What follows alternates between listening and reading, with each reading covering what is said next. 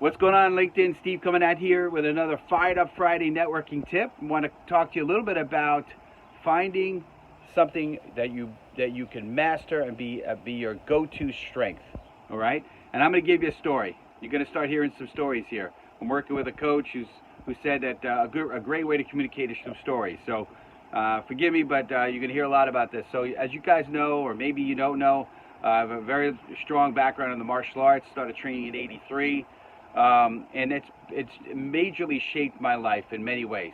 So so when I started training, being about 5'7", not a super heavy frame. Most of the guys that I trained with were way more bigger than me, and some of them had trained years before me. I started a little bit later in life, and I was actually getting my butt kicked, right, which is okay. But I started getting cuts. I got like all sorts of stitches here and everything, crazy stuff, right? And I remember one particular story where I was actually, so I was being mentored by a guy named John, and another guy named Zeke was being mentored by a guy named Sharif. And they thought they were doing the right thing here, and they actually put me and Zeke together. They tied what's called an obi, it's the belt. They tied a belt together to us. Now, I was a little bit aggressive. Zeke wasn't. So they were trying to help teach him to be more aggressive. And of course, what happened is we're fighting. We can't, we're obviously, he can't back away from me, and I can't back away from him, so to speak. We're tied to each other. And of course, boom, what happens? I get punched in the lip, big split in my lip, stitches, the whole 9 yards. But you know what it did? It gave me an opportunity to evaluate. And having a coach is great. Having someone in your life is great. But that coach can't know everything about you, right? So my coach, my sensei in the martial arts was like 6'4", about 350, nothing like me. And I thought that I needed to emulate him, and I was finding my style was very much like his style. He called his style the freight train effect, where he just come at you, and a big guy like that, he could. I couldn't. So I started to think, okay, what can I make my strength? And, I started realizing I had pretty good hands. I didn't have the most flexibility.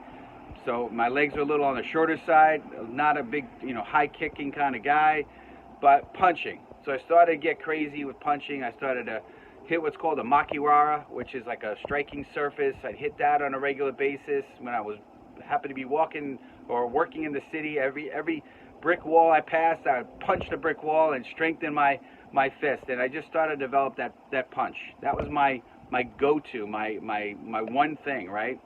And I started to become a strength, and over time, I realized having a good punch is good. I needed something else. So in the martial arts, I needed to be able to get close distance. So I developed a couple techniques, but really to get in on somebody, right? Because when you're a little shorter, a little smaller, if you're in on somebody, they're jammed. Your good distance is maybe a jam distance for them. So I had to get in close, and boom, I hit got the punch in. And it was funny because it was like a running joke in my karate studio. After we would change and all the guys were in the locker room, everyone would be bragging to each other about the tattoo they had on the rib cage or solar plexus that they got from me, that I was able to actually get in that punch, right? So it became my signature, it became my go-to. And so in business, you need a go-to, right? And for me, I've used networking. That was the go-to for me. I figured, okay, what would make the difference? What would allow me to kind of do something that maybe isn't necessarily, I wasn't born to do it, but I could do it and become my go-to. And it has been a blessing. So my point today, my message today is find your go-to, right? Self-evaluate as well, because the problem is a lot of times somebody who's coaching you, they don't always know exactly what you're going through. So you have to use your own head. A good coach of mine says this: you can't check your brains at the door. You got to think a little bit. You got to evaluate a little bit. And so find that one thing, master it, and capitalize on it. And you will have success like you don't believe. So appreciate you guys. Have an amazing 4th of July weekend. Remember what we're celebrating, which is independence of this country. Amazing country, not a perfect one. Amazing country. So appreciate you guys. Have a blessed day. See you next week.